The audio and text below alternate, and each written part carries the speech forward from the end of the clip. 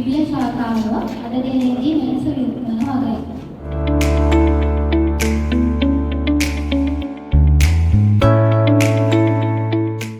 අපි දැන් මහියංගන බදුල්ල වැලිමඩ වැල්ලවාය මහාගල මේ සියලු ප්‍රදේශයන් කටයුතු කරන අපේ මහු ආයතනයේ සමග වෙලා ඉතින් අද මේ විශේෂ අවස්ථාවේ මගේ කලාපය තුළ මූලිකව අපි වෙනමම පීපල්ස් මයික්‍රෝකොමර්ස් ආයතනයේ විදිහට කටයුතු ආරම්භ කරන මොහොතේ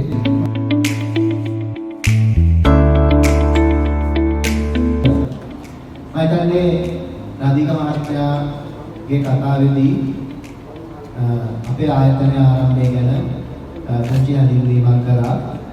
නමුත් මට හිතුණා මගේ කතාවේ යම් කොටසක් ඒ වෙනුවෙන් වෙන් කළොත් හොඳයි කියලා. මොකද අපි PML ආයතනය මේ වැඩ කටයුතු ආරම්භ කරන්නේ 2010 සැප්තැම්බර් මාසේ 3 වෙනිදා තමයි අපි ආයතනයක් හැටියට ලියාපදිංචි වෙන්නේ.